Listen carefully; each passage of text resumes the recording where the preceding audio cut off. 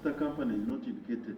Wabaddewo okutuyana nga bwe zikala mu kakiiko ak'enjawulo Parliament ke yateekawo okulondola emivuyo egyetobeka mu ttaka lya Nakawa Naggulu Estates nga lino gavumenti yali ezza n'ekigendererwa eky'okuzimbako ekibuga eky'omulembe ekyatuumwa Satellite City.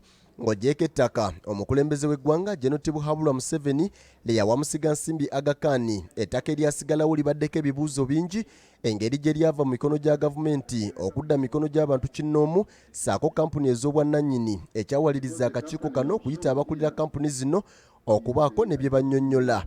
Akakiiko akakubirizibwa omubaka wa Kazo Dan Kimosho kakizudde nti ettaka lya Nakawa Naggulu Estates lyagulibwa kampuni 15 nga ku zino kuliko Anilu Damani eya Anilu Damani, Dembe Enterprises Limited eya Kalimu Hirigi ne Rahimu Hirigi, Fakrudini Properties Limited eya Kushai Haidali, Ludra Hardware and Tools Limited eya Yogesh Patel, Nekrani Kumali, Arabu Oil Surprise and Exploration Limited eya Mirindi John Nentale Deliki, Dominion Partners Limited eya Ronald Mitele Kasimwe ne Haruna Badru Sebagala, ngono mutabani w'omugenzi Haji Nasantege Sebagala, Gash Logistic Limited eno temanjiddwa nnyiniyo, Fanelo Ministries Limited eya Pastor Grace Lubega Matovu, Seven Hills Apartment Limited eya Francis Mutabazi, Natasha Kanyonyozi ne Brian Byomugabe, Ntinda Wholesales Traders Limited eya Eva Kanyalela ne Nabasa Malishiali, Dashen Uganda Limited eya Richard Manyoneza, Konjiti Kidane Hayile, Teorodi Baraki Membrata ne Yohannes Bahi Haila, Iwacom International ya Mauda Atuzayirwe, Kansime Joseph, Habati Akampwela ne Enid Akankunda, Global Papers Products Limited eno temanyiddwa nnyiniyo, Mela Investments Limited ya Sudiru Lupareria ne Yosina Lupareria, Wash and Wheels Country Home Limited ya Peter James Emorutu, Nekeri Akmana Ariyong.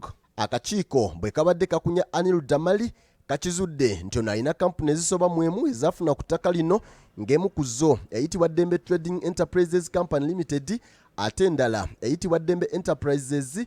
Era ono yawandiikira omukulembeze w'eggwanga n'amusaba okumuguza ku ttaka lino, kyokka empapula ezaleeteddwa kampani eno bwe zituuse mu kakiiko ate omukono ogubaddeko n'agwegaana. How did you come to write to the president about these 5 acres of land? Is this your letter?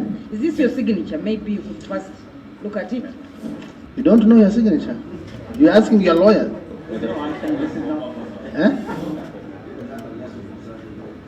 So, Mr. Lawyer, is that his signature? Is it your signature? Sorry, that is not my signature.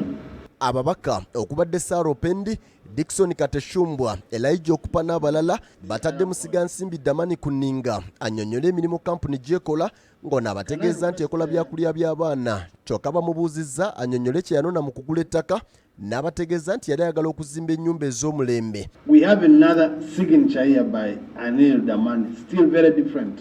So far you have about 4 signatures. This is now, you look at this. But just, Mr. Neil, you have denied that signature. No. But let me ask you, have you ever written a letter to the president asking for land? I do not recall having written to the president for land. Arab Oil Suppliers and Exploration eremeredde okuleeta nannyini kampani bwe bategeezezza nti abadde alina emirimu gy'agenzeko mu ggwanga lya Rwanda, ate aba Fenero Limited bategeezezza akakiiko nti mukama waabwe Pastor Grace Lubega abadde agenze kubuulira njiri ekijja abakulu mu mbeera, era bano bagobeddwa mu kakiiko. Patelo Ludra agambibwa okuba nannyini Ludra Hardware azze mu kakiiko nga talina mpapula eziraga nti ennannyini kampani, kyokka akakiiko bwe kongedde okumukunya n'akukunulayo empapula, akakiiko ze kategedde nti abadde azikwese. And you did not tell them when they are coming to Parliament they need to carry their documents. Well, we can arrest them as intruders. What have they come to? Patel abadde awerekeddwako munne, akakiiko kababuuzizza oba bannayuganda ne bakiwakanya, bategeezezza nti bannansi b'eggwanga erya Buyindi, kyokka bye babasabye ebiboogerako ne bajjayo endagamuntu za Uganda nga bwe bababuuzizza engeri gye bamanyaamu nti ettaka lino litundibwa. Bategeezezza nti waliwo mukwano gwabwe eyatemya ku munnamateeka waabwe, era akakiiko bwe kakizudde nti bano baalibanga balimba ne babakubisa ebirayiro. By the time you start hiding documents that you are carrying, just behind you have been here and you're seeing how we're interacting with everyone, asking for documents. You got the microphone, you still want us to ask when you have it. Haruna Sebagala mutabani w'omugenzi Hajina Santege Sebagala era nannyini dominiyoni ategeeza akakiiko nti kitaawe yamutegeeza nti waliwo ettaka eritundibwa naye n'ateekamu okusaba era n'agula eka emu ku ttaka lino ku bukadde 330 eza Uganda.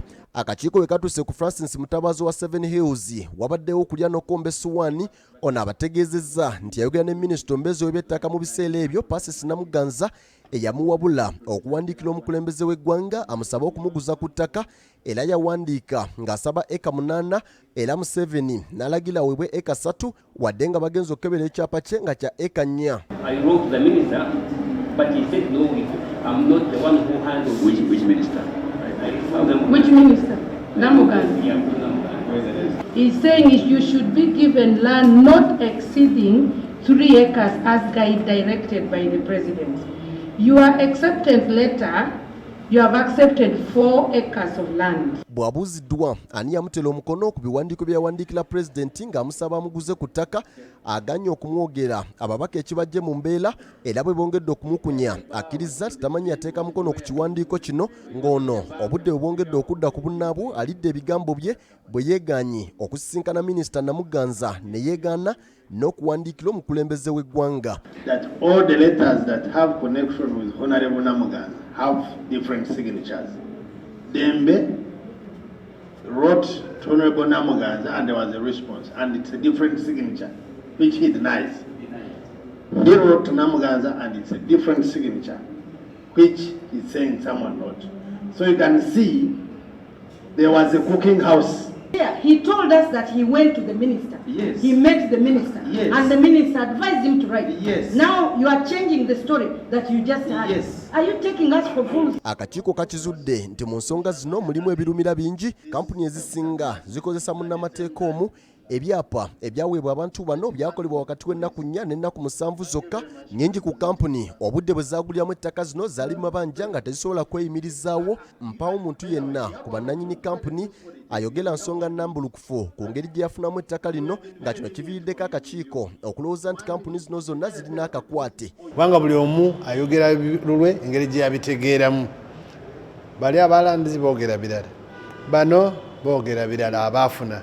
Aba bagamba nti baali awo nga bawulira emboozi mu tawuni nti waliyo ettaka. Akakiiko gye kannyukidde nga waliwo bannannyini kampuni abalagiddwa baggalirwe bayise minisita Namuganza eri akakiiko kano annyonnyole ku bigambibwa nti ye yasemba nga abantu bano okufuna ettaka era akakiiko kalagidde kampuni zino okudda ssabbiiti ejja n'empapula entuufu eziraga engeri gye bagulamu ettaka lino.